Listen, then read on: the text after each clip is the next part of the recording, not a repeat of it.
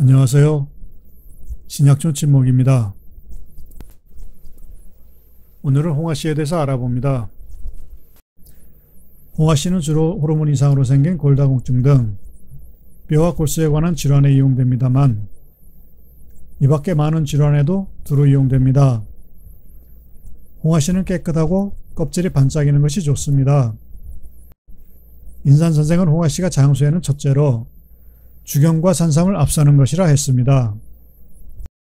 홍화씨는 잘 볶아서 곱게 가루내어 사용하는데 기름을 먼저 짜내고 가루내기도 하지만 이 방법보다는 먼저 가루내고 신문지나 한지에 받쳐 여러 번 바꿔주며 기름을 제거합니다. 기름은 완전히 제거하는 것이 안전합니다. 홍화씨 기름은 주로 육식으로 동물성 지방을 다량 흡수하는 사람에게는 괜찮으나 초식을 위주로 하는 사람에게는 속이 불편합니다. 인산선생도 홍화씨 기름 사용을 제한하셨다 합니다. 또한 보관 시 기름이 산패되면 못쓰게 됩니다. 잘 아다시피 기름이 산패되면 독소가 되어 해롭습니다. 가루는 최대한 곱게 분말합니다. 부러진 뼈 등에 사용할 시는 밥숟갈로 하루 여러 번 먹습니다. 이때 생강차를 짙게 타서 같이 먹는데 이는 혹시 남은 홍화씨의 기름이 속을 상하게 하는 것을 방지하고 생강의 거학생신의 양리를 같이 이용합니다. 홍화씨를 오래 끓여 평상시 꾸준히 음용하는 것도 무병장수에 아주 좋은 방법입니다. 인산선생께서 홍화씨 효과에 대한 설명 이후로 홍화씨 수요는 급격하게 증가하여 한때는 한 건에 수백만 원 하던 시절이 있었습니다만 이후로 재배가 늘어나면서 가격은 안정되게 되었습니다.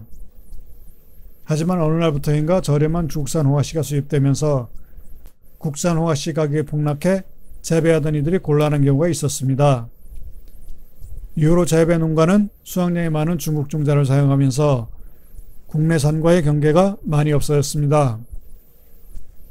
토종 호화의 가시는 매우 억세고 강하여 관리가 매우 어려웠으나 중국산 호화의 가시는 물러서 구분이 확연히 되었습니다.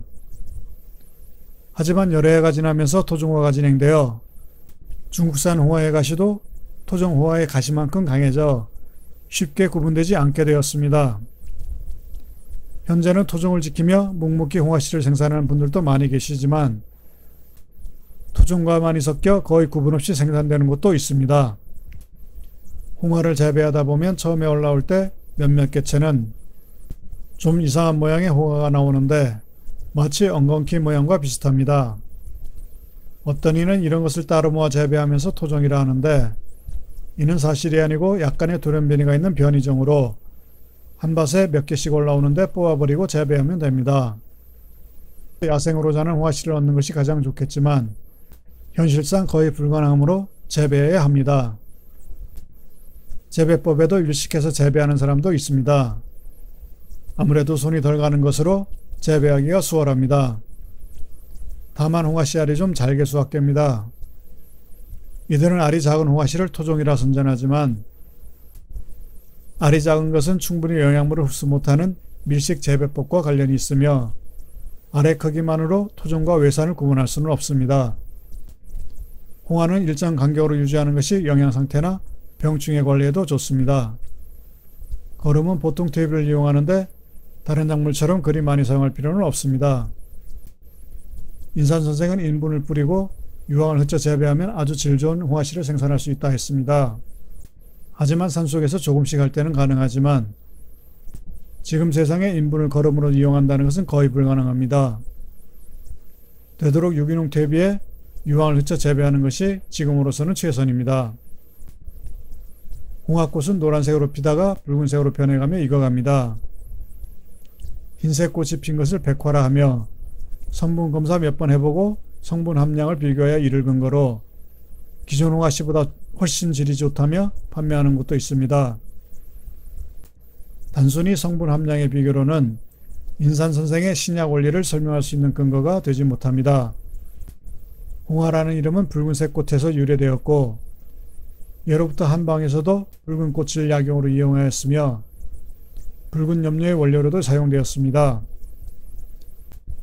흰색 꽃이 피는 것이 양리가 더 좋다는 것은 토종 원래의 것에서 변이된 것이 더 좋다는 뜻입니다. 어불성설입니다.